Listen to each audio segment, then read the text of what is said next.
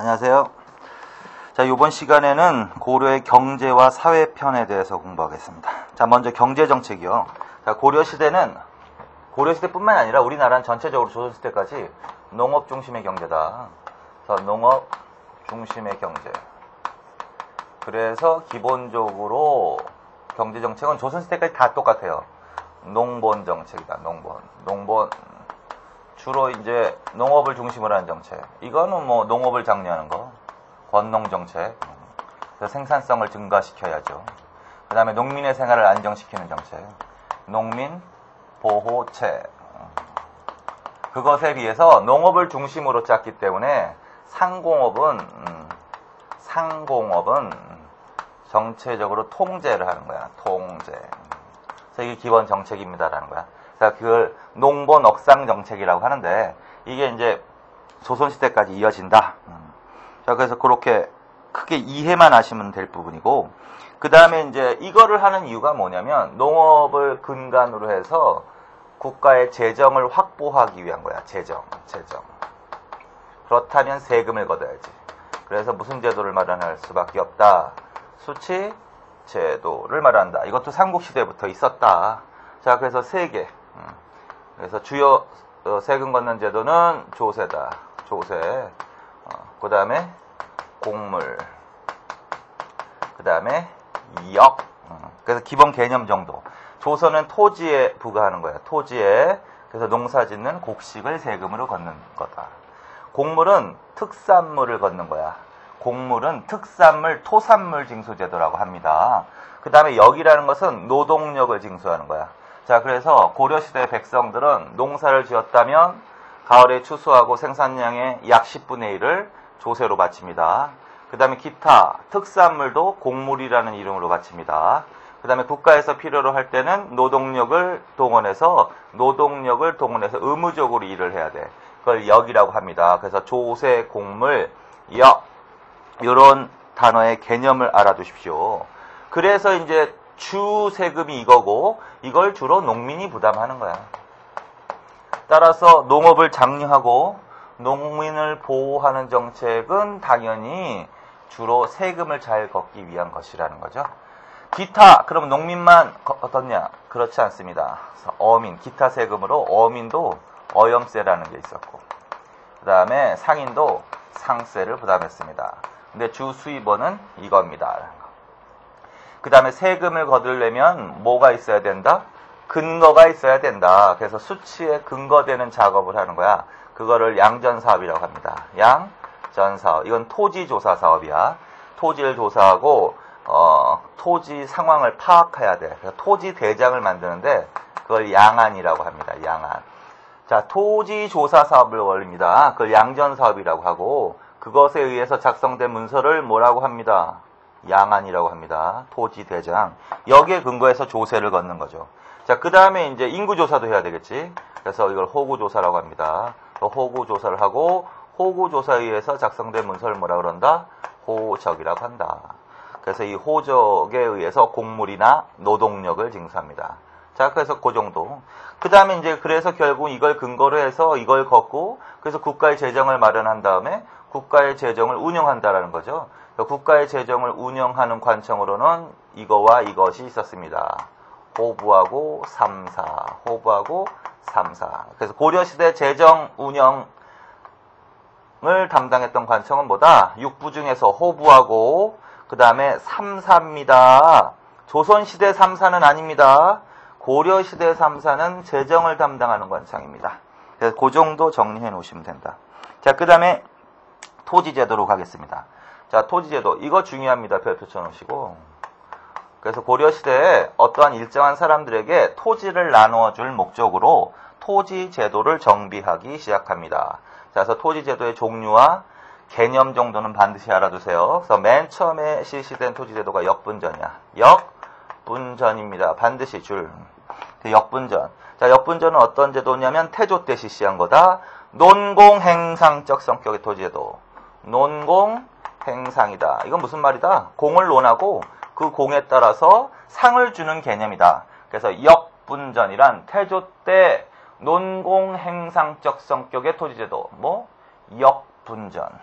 자, 그 다음에 이제 무엇이 정비되기 시작하냐면 전식과라는 게 정비되기 시작합니다. 크게 전식과라는 것도 알아주세요.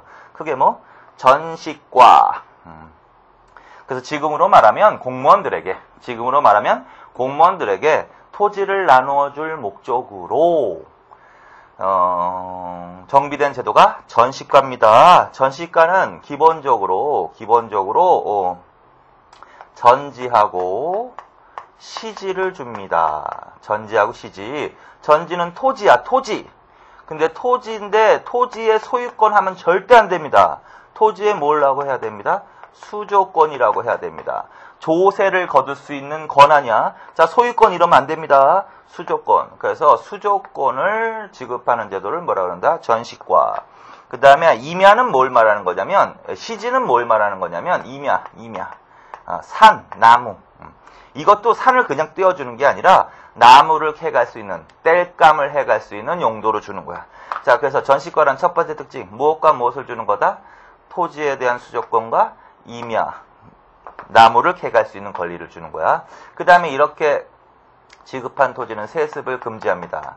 세습을 금지해서 세습하면 안 됩니다. 그래서 이 정도는 알아두세요. 그래서 다시 결론, 고려시대의 관리들에게 토지에 대한 수조권과 임야를 지급한 토지제도를 뭐라 그런다? 전식과라고 합니다. 이거는 원칙적으로 세습이 어떻게 돼 있다? 금지돼 있다. 이렇게. 그런데 이 전식과라는 토지제도도 맨 처음에 한 번에 확 정비되는 것이 아니라 거기 나와 있듯이 세 차례에 걸쳐서 그래서 경종 때 처음으로 실시됩니다. 그걸 시정전식과라고 합니다. 시정전식과. 그리고 내용은 이때 지급 기준을 알아두세요. 사색 공복. 광종 때 제정된 사색 공복과 인품을 기준으로 토지를 지급한 제도를 뭐라 그런다? 시정전식과라고 합니다. 그 다음에 목종 때는 개정전식과라고 하는데 이때는 지급 기준이 문무 18품계. 자, 18품계에 따라서 토지를 지급하는 제도를 특히 뭐라 그런다? 개정전식과. 그 다음 전식과는 어느 때 완성이 된다? 문종 때 완성이 된다. 이걸 경정전식과라고 합니다. 이거의 주요 내용은 이 정도만. 현직에게만 지급하는 거야. 그 전에 이제 전현직 모두 줬거든요. 자, 그래서 전식과의 개념, 이렇게도 나오지 않고 그냥 전식과는 기본적으로 잘 나오니까 전식과의 기본 개념 알아두시고, 그 다음에 이제 시정, 개정, 경정에 따라서 내용이 조금 달라진다. 그래서 이 전식과 제일 중요합니다. 그래서 어째서 역분전, 전식과 이 두 개는 반드시 기억해 두십시오. 자, 그 다음에 이제 토지의 종류가 있는데, 그 토지의 종류가 있는데 몇 개만 좀 위에다 쓰세요. 문무 관리에게 주는 거는 과전이라고 해. 과전. 그 다음에 오품, 문무 관리인데, 오품 이상의 고위 관리에게 주는 거는 공음전이라고 해. 공음전. 원래 이거는 아까 세습은 금지한다고 그랬죠. 이것에 의해서 지급하는 건데, 세습 금지가 원칙이라고 그랬죠. 그래서 이건 세습이 안 되는 거야, 원래는. 과전은. 그런데 공음전은 원칙적으로 세습이 허용된. 그래서 고려가 귀족사회의 특징을 반영하는 대표적인 제도가 이거야. 공음전. 고려 귀족사회의 특징을 반영하는 대표적인 제도는 무슨 제도가 있다? 공음전. 그 다음에 세습하지 말라 그랬는데 유가족에게도 주더라고요. 사실은 유가족에게도. 그래서 그거는 구분전이라고 합니다. 구분전. 그 다음에 하급관리 자재로서 하급관리 자재인데 아직 관직에 오르지 못한 자에게도 토지를 줬어. 그건 한인전이라고 합니다. 한인전. 향리에게도 줬어. 향리. 그런 거는 외역전이라고 합니다. 외역전. 군인한테도 줬어. 군인. 직업군인 특히. 이거는 군인전이라고 합니다. 자, 그래서 요게 바로 무슨 제도하고도 또 연결되어 있냐면 전식과 제도에 의해서 개인들에게 나눠주는 건데 문무관리에게는 과전, 오품 이상 세습이 허용된 토지를 뭐라 그런다? 특히 공음전 요거 반드시 어떤 사회 특징을 반영한다? 귀족. 그 다음에 유가족은 구분전, 하급관리자재, 관직에 오르지 못한 자 한인전, 향리 외역전, 그 다음에 군인은 군인전. 이거 쉽죠? 자, 그래서 요거 전체적으로 전식과. 그러나 크게 전식과가 어떤 제도라는 거 정도는 일단 기본적으로 알아두시면 돼. 여기까지. 자, 그 다음에 이제 귀족 경제 활동으로 가면, 자, 그래서 이제 토지제도를 정리해 놓으셨고, 그 다음에 이제 뭘 하냐면, 귀족들의 경제적 생활과 농민들의 경제적 생활을 하는 건데, 귀족들의 경제적 생활은요, 주로 이제 고려는 이제 귀족사회로 발전하는 거야, 고려도. 그런데 이제 최상위 지배계급으로서 얘네들의 경제적 생활은 주로 경제적 기반이 토지야. 토지하고, 그 다음에 노비. 그 다음에 고리대. 그래서 이런 것들이 고려 귀족들의 경제적 기반이다. 이걸 통해서 수입을 올린다. 근데 토지에는 두 가지가 있어요. 그게 이제 관리가 되면 받는 거 있어. 관리가 되면 받는 게 바로 과전이다. 과전. 근데 귀족들은 고위 관료로 승진할 일이 더 많단 말이야. 그래서 오품 이상의 관료가 되면 무엇을 받는다? 공음전을 받는다. 원칙적으로 세습이 허용되는 토지다. 고려 귀족사의 특징을 반영하는 대표적인 제도다. 공음전. 그리고 이거는 무엇을 받는 거냐면 아까도 얘기했지만 토지에 대한 수조권, 세금을 거둘 수 있는 권한을 받는 거고 그 다음에 사유지도 있다. 땅 주인이지 이 땅에 대해서는. 사유지도 있다. 조상대대로 물려받은 토지. 이 토지는 이제 자기가 데리고 있는 노비를 통해서 경작하거나 농민에게 빌려서 경작한다. 이렇게. 자, 기타 노비 고리대를 통해서 귀족들이 경제 활동을 했다. 그래서 그 정도 정리해 놓으시면 되고, 그 다음에 농장이라는 것도 반드시 알아두세요. 자, 고려 귀족들이 토지를 굉장히 확대시켜 나가는데, 특히 전제는 후기. 특히 전제는 어느 때? 후기라고 하셔야 돼. 특히 후기. 고려 후기 귀족. 고려 후기 귀족들은 무엇을 확대시켜 나갔다? 농장. 그래서 반드시 기억하세요, 이거. 자, 그래서 이 농장. 그래서 요거는 고려 후기로서 귀족들이 확대시킨 토지를 농장이라고 하는데, 이 농장의 기본적인 특징은 면세 면역. 세금을 안 내는 땅이야. 면세 면역. 그래서 농장에 대해서 개념 정리. 농장이란 고려 후기 귀족들이 갖고 있는 면세 면역의 특권을 갖고 있는 땅. 그걸 뭐라고 한다? 농장. 그래서 그거 정도는 반드시 기억하세요. 자, 그 다음에 이제 농민들의 생활 있죠? 그 농민들의 생활은 그냥 한번 읽어보시면 될 것 같아. 자, 그 다음에 이제 뭐다? 수공업에 대해서 한다. 기타, 상공업은 통제했다고 그랬죠? 그래서 이제 수공업에 대해서 한다. 수공업은 물건을 만드는 건데, 일단 종류, 그냥 기본적인 개념. 고려시대는 물건을 만드는 수공업은 주로 무슨 수공업이 있다? 관청 수공업, 관청. 그 다음에 소수공업, 소수공업. 그 다음에 사원 수공업. 그 다음에 농촌 수공업, 민간 수공업. 이렇게. 더 네 종류가 있습니다. 그래서 여기에서 주로 물건을 생산하는 거야. 당연히 관청에서는 국가에 필요한 물건을 주로 생산하는 거고, 소에 사는 주민들이 하는 수공업을 소수공업이라고 합니다. 이 사람들은 주로 뭘 생산하냐면 광물 있죠? 광물 알죠? 광물이나 먹, 차, 생강 이런 것들을 이제 생산해서 국가에 세금을 내는 거야. 곡물로. 자, 그래서 소에 사는 주민들은 주로 광물, 먹차, 생강을 생산해서 국가에 곡물로 세금을 바쳤다. 이게 소수공업입니다. 사원수공업은 뭐 당연히 사원에서도 필요한 물건이 있을 거 아니야? 그러면 사원에서 자체 생산을 했다고. 자, 이걸 사원수공업이라고 한다. 그 다음에 농민들이 필요한 물건은 자급자족해야 됐다고. 그래서 농촌에서 농민들이 하는 수공업은 농촌수공업. 규모가 작다. 그래서 간의 수공업 정도. 자, 그래서 수공업의 종류, 요 정도의 특징. 특히 소수공업은 조금 요런 것까지. 자, 그 다음에 상업. 자, 상업은 이제 물건을 매매하는 건데, 주로 이제, 고려시대에는 농업 중심의 경제라고 그랬죠? 그래서 상공업은 통제받았고, 그렇게 물건의 거래가 활발한 시대는 아니다, 기본적으로. 자, 그래서 주로 도시를 중심으로, 수도가 어디에요, 고려는? 개경이지? 개성. 그래서 개경을 중심으로 하는 주로 도시를 중심으로 이제 상업이 조금 활발했다. 물론 지방도 있다. 근데 이제 이 도시, 수도와 관련해서는 특히 개경에 이제 시전이라는 게 있다. 시전. 그래서 이거는 국가에서 설치한 관영 점포인데 여기를 중심으로 상행위가 행해지는 거야. 자, 그래서 고려의 상업은 도시, 수도, 어디를 중심으로? 시전을 중심으로. 그리고 여기에 이제 관영 점포 다른 것도 막 있어. 서적점,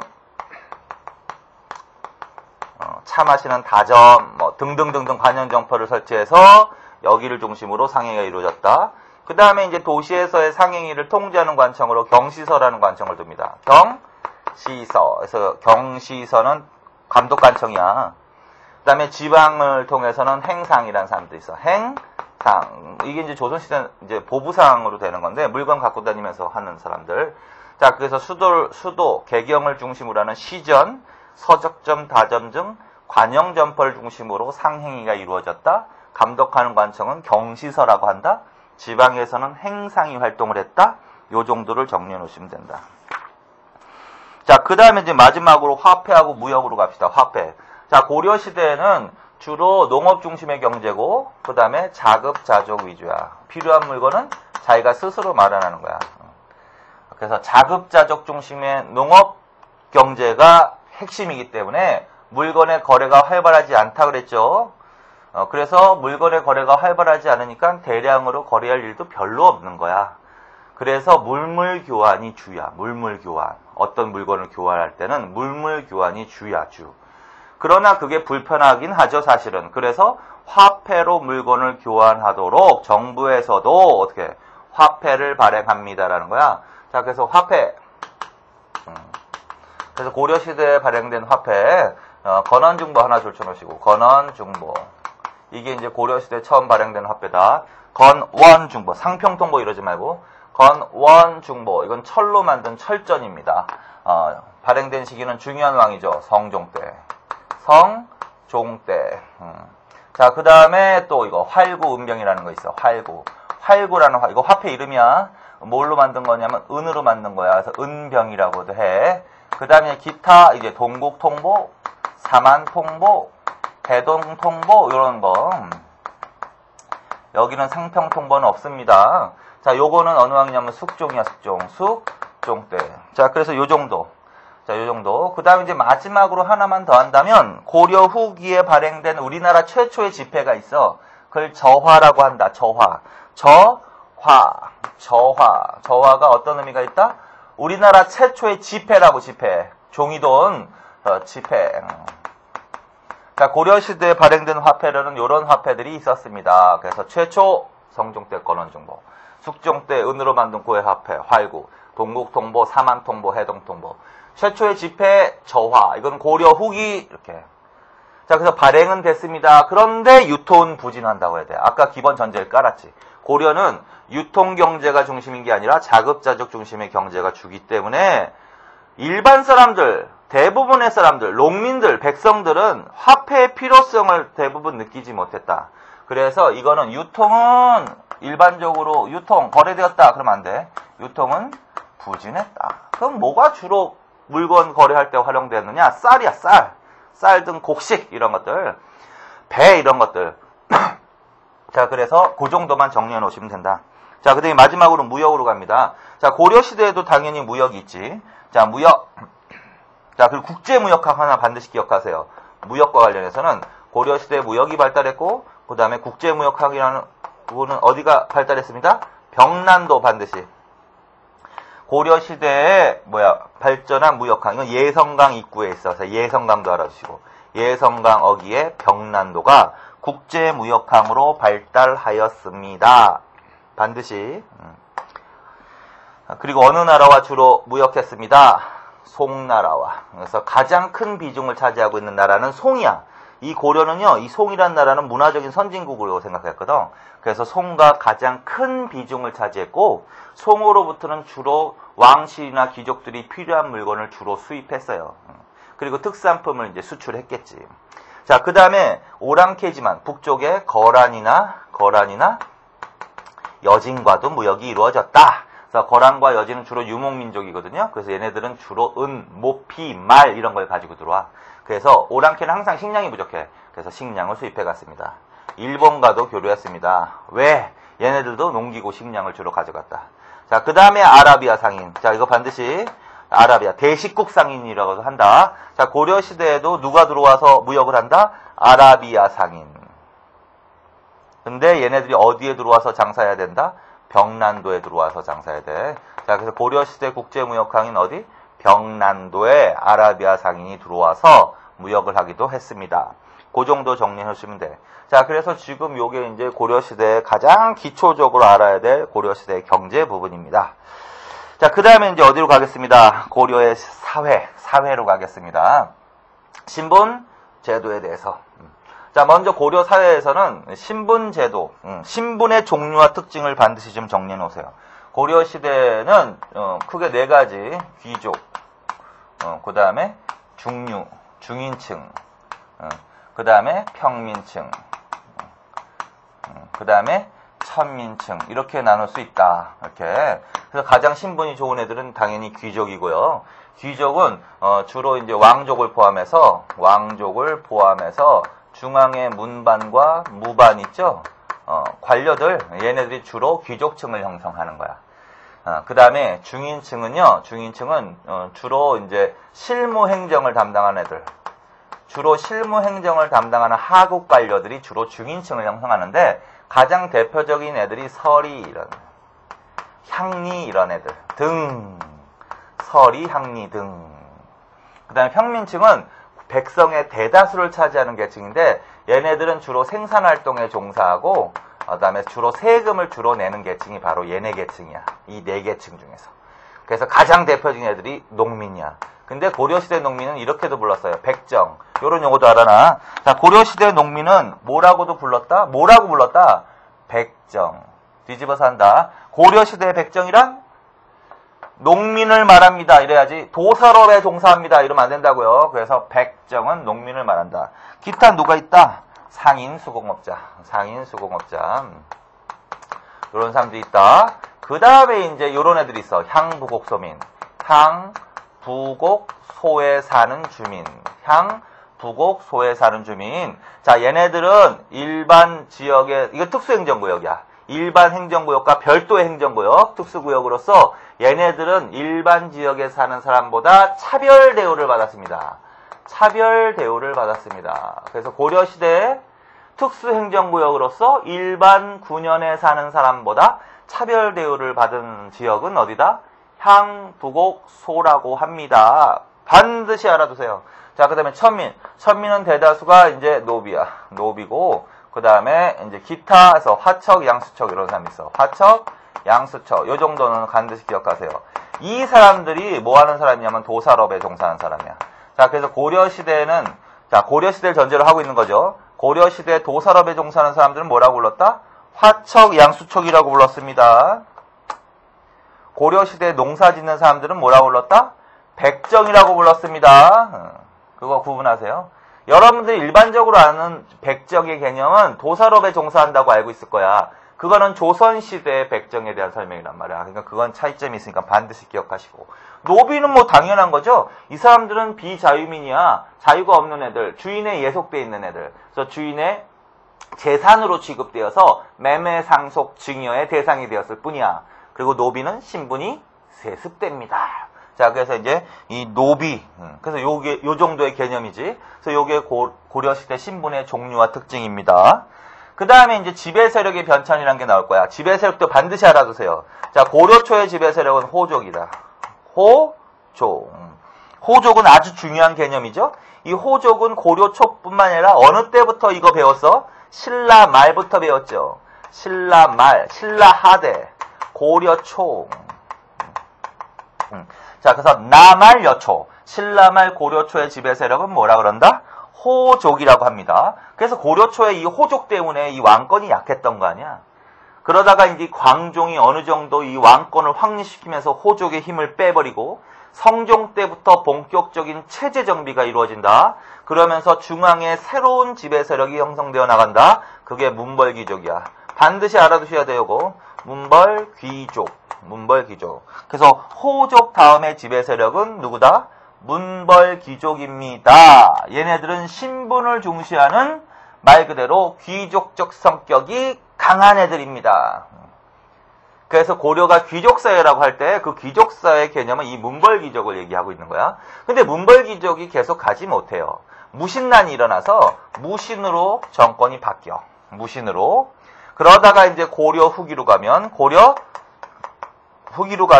권문세족이라는 게 나온다. 권문세족. 얘네들도 당연히. 자, 그래서 고려 후기의 지배 세력은 누구다? 권문세족. 고려 전기의 지배 세력은 호족, 문벌귀족인데 보통 얘네 두 세력이 귀족적 성격이 강한 애들이라고. 자, 그래서 고려는 귀족 사회인데 그 귀족 지배 세력 중에서도 귀족적 성격, 신분을 중시하는 귀족적 성격이 강한 애들 하면 누구다? 문벌귀족하고 권문세족만을 말하는 거다. 그래서 전기귀족하면 누구 말하는 겁니다? 문벌귀족 말하는 겁니다. 후기귀족 하면 누구 말하는 겁니다? 권문세족이라고 합니다. 그리고 이제 권문세족에 대립했던 세력이 있어. 그게 신진사대부야. 신진사대부. 그래서 신진사대부가 그 다음에는 이제 지배 세력이 되고 얘네들이 고려를 멸망시키고 조선을 거역하는 것까지는 정치편에서 공부를 하셨죠? 자, 그래서 요게 지배 세력의 변천입니다. 순서 어떻게 된다고? 호족, 그 다음에 문벌귀족, 그 다음에 무신, 그 다음에 권문세족, 그 다음에 신진사대부. 고려 전기 귀족 누구? 문벌귀족. 고려 후기 귀족 하면 권문세족. 그치? 그래서 그렇게 정리해 놓으시면 돼. 자, 그래서 이 정도의 내용을 정리해 놓으시고, 자, 그 다음에 이제 어디로 가겠습니다. 백성들의 모습이 있어. 농민 공동체 조직이 있어. 자, 고려시대의 농민 공동체 조직 향도 반드시 알아두세요, 여러분. 자, 향도의 개념. 자, 고려시대의 뭐다? 농민 공동체 조직이다. 고려시대 농민을 뭐라고 불렀다고 그랬죠? 백정들의 공동체 조직이다. 이래도 되지? 백정들의 공동체 조직이다. 하는 일이 뭐냐? 원래는 이 향도가 원래는 불교 신앙 조직이었어. 원래는 불교 신앙 조직이었습니다. 그래서 맨 처음에 이 향도라는 조직이 탄생한 것은 불교 신앙 행위와 관련해서 만들어졌다라는 거야. 그래서 주로 그럼 무슨 일을 많이 했겠어요? 불교 신앙 행위 때문에 만들어졌으니까. 불교 신앙과 관련된 일을 맨 처음에는 주로 했겠지? 그래서 그게 대표적인 게 매향이야, 매향. 반드시 기억해. 매향. 매향은 뭐냐면 향나무를 바닷가에 묻는 거야. 그래서 향나무를 바닷가에 묻는 거. 미륵을 만나서 고난에서 구원받고자 향나무를 바닷가에 묻었습니다. 이거를 매향이라고 합니다. 그 다음에 대규모 인력이 동원되는 석탑 등을 조성할 때 주도적인 역할을 했다. 그런데 이게 농민 공동체 조직으로 확대되어 나간다. 그래서 이 농민 공동체 조직일 때는 주로 상장례를 공동으로 한다. 뭐? 상장례를 공동으로 한다. 자, 결론. 자, 향도란 원래 무슨 조직이었다? 원래는 불교 신앙 조직이었습니다. 그래서 무슨 행위를 주로 했다고? 매향, 향나무를 바닷가에 묻는 거, 석탑 등을 짓는데 주도적인 역할을 했다. 그리고 마을 공동체 조직으로 확대된 이후에는 주로 무엇을 합니다? 장례를 공동으로 치르는 조직입니다. 이걸 뭐라 그런다고? 두 글자로 향도. 거기까지. 자, 그래서 그 정도 정리해 놓으시면 된다. 자, 그 다음에 사회시책과 사회시책 이후는요, 다음 시간에 하겠습니다. 이번 시간에 여기까지 하겠습니다. 수고하셨습니다.